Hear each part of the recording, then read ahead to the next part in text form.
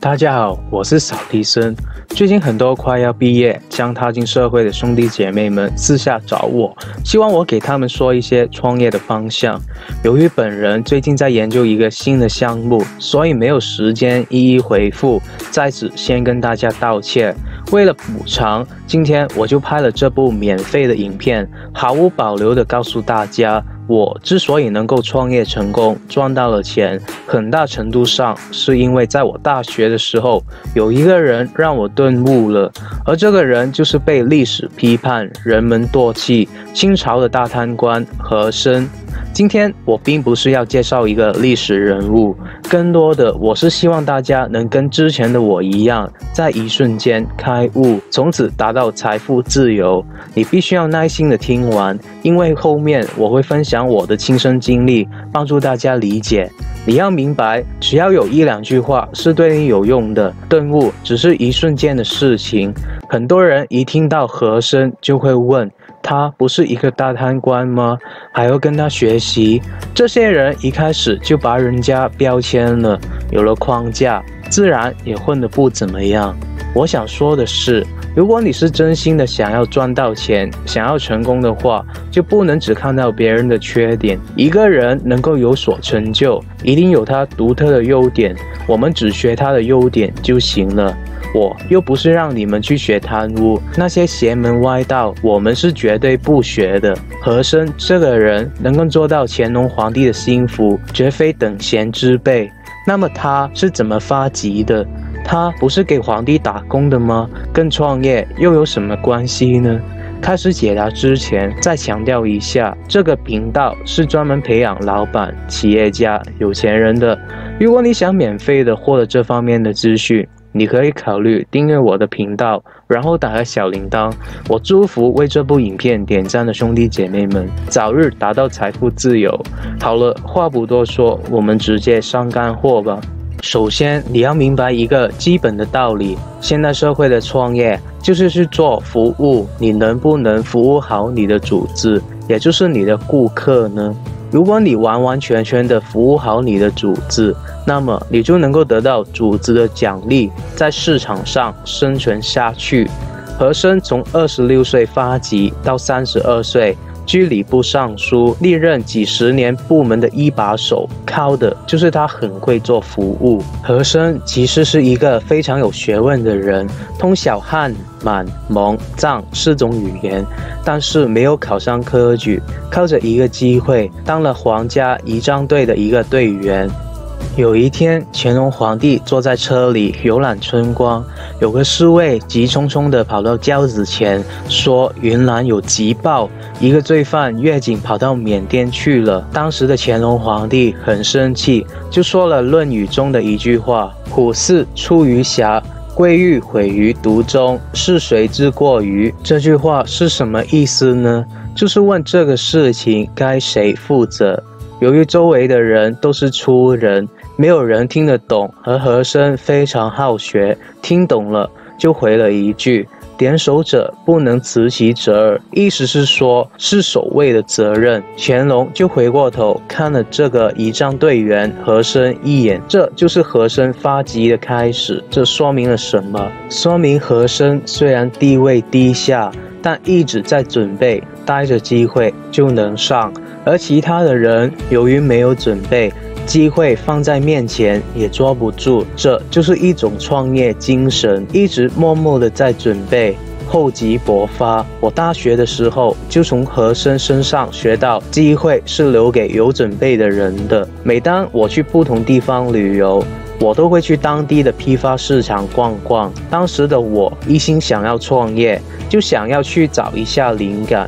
我就想，人家能靠进出口批发买到房子，买到法拉利，一定是个很赚钱的行当。于是我就跟一个兄弟尝试的去开了一个卖潮流衣服的 IG 网店。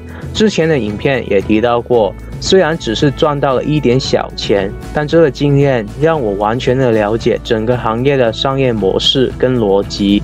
机缘巧合之下，我认识了大学打工时那同事的朋友，而他就是我现在公司的第一个顾客。在跟他闲聊的时候，发现当时他急着需要订造一批袋子，但没有渠道，网上下单又太贵了。我灵机一动，就感觉自己可以接下这个单子，因为我有渠道啊。于是我就联络了厂家，联络了物流公司，不停的沟通拜访，最后还真的把这单生意给做了。我的这个同事也成了我的合伙人，跟我建立起了现在的公司。你看，当时的我心里面早就有了创业的心，因为有了这颗心，我做的所有事情基本上都会想到创业。我去旅游的时候，就没有跟其他的同学去吃喝玩乐，而是去了当地最赚钱的地方去找灵感。我会问自己，这个东西会不会对我创业有帮助？不停地问，问多了，灵感还真的会出来。跟和珅一样，一定要有抱负，要有成大事的心，这样你才会留意到身边的事，做好准备，机会一来，财运是挡也挡不住的。说回和珅，比如乾隆皇帝下江南，他不告诉和珅是走水路还是走旱路，和珅就得猜测乾隆的喜好。比如他知道乾隆喜欢写诗，和珅就跟公主说，皇上现在的诗写得越来越好了，我特别喜欢看，以后皇上写了什么诗，请您给我拿过来，我好好学学。和珅就靠读乾隆皇帝的诗，体会到了乾隆的心境与偏好。最后他认定乾隆要走水路，而不是走旱路，和珅就做好了走水路的准备。果然，出发前一天，乾隆就告诉和珅要走水路。你看，和珅这个服务功夫真的是了不得。他能去分析顾客，从大量的隐性信息里面琢磨到顾客的偏好，有些顾客的偏好与需求，甚至连顾客自己都没有意识到，有时候又不好意思说出来，或者说不愿意告诉你。那么如果你有能力自己去察觉到这些需求，那么顾客就会对你产生好感与依赖，赚钱就水到渠成了。我们当老板呢，就是要常常去琢磨顾客的需求与喜好。孙子兵法有云，知己知彼，百战不殆。我认为大学教会我最核心的技能就是寻找资料的能力。我是学经济和金融的，因此我需要阅读大量公司的财报来写 paper， 当时就培养了我对市场的感觉。我可能只需要几分钟的时间，就大概能了解一家公司的商业模式，就是他们是怎么赚钱的，他们的盈利点在什么地方，他们需要什么样子的合作伙伴。因此每次当我跟不同客户合作的时候，我都会先去网上找一下他们的资料，看一下他们的需求。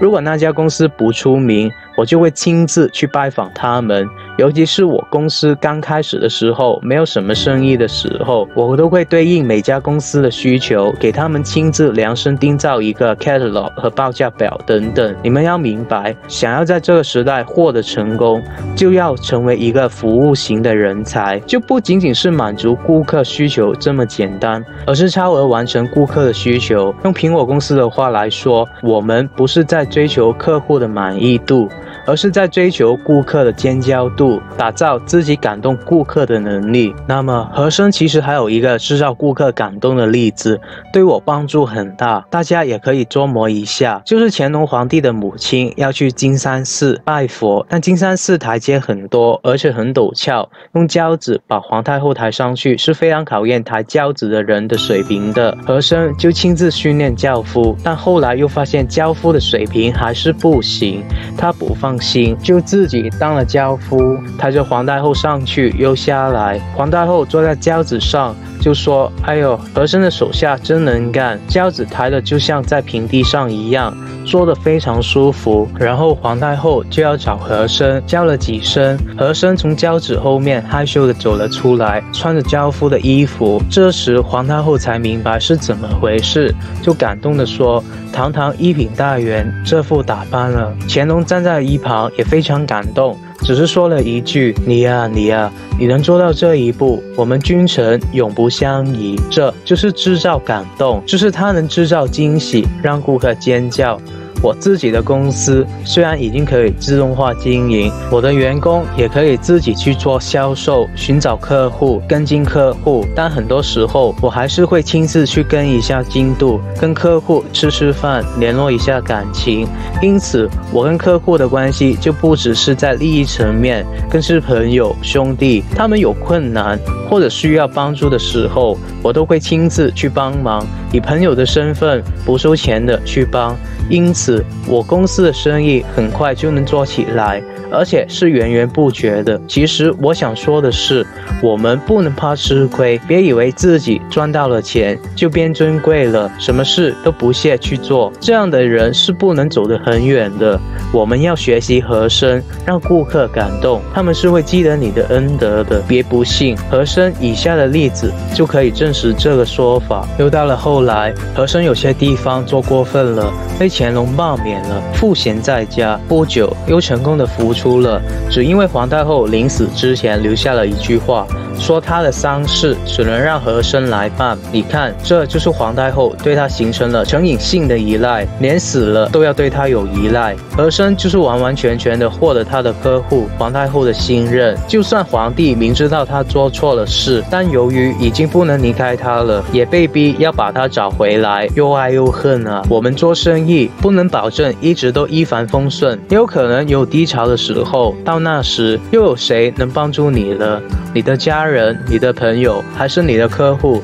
你们要去思考这些问题，居安思危。当你能思考这些问题的时候，你就会懂为什么我上面会说我可以不收钱的去帮助我的客户了。撇开所有的封建思想不说，以上说的是服务的精神，是老板应该好好琢磨琢磨的东西。我要说的是，打造优质的服务品质，为客户制造最好的服务体验，这当中一定要有真正的服务精神。只有这样，才不仅能制造客户的满意度，而且能制造客户的尖叫度。不仅能够让客户在接受服务的时候满意，而且能对你形成一种成瘾性的依赖。我一直强调，做事就是要做到极致，先把自己感动了，才能感动客户。感动了客户，带着这种精神去创业，去做服务，不赚钱是没有天理的。希望你们有所领悟。只要大家能在我今天说的内容里面找到一两句有用的，能够帮助自己的人生过得好一些，我就心满意足了。那么，如果你不想错过任何关于成为富人、企业家、达到财富自由的免费信息，我还是呼吁你订阅我的频道，然后打开小铃铛。我祝福为这部影片点赞的兄弟姐妹们早日达到财富自由。好了，我们下个礼拜再见吧，拜。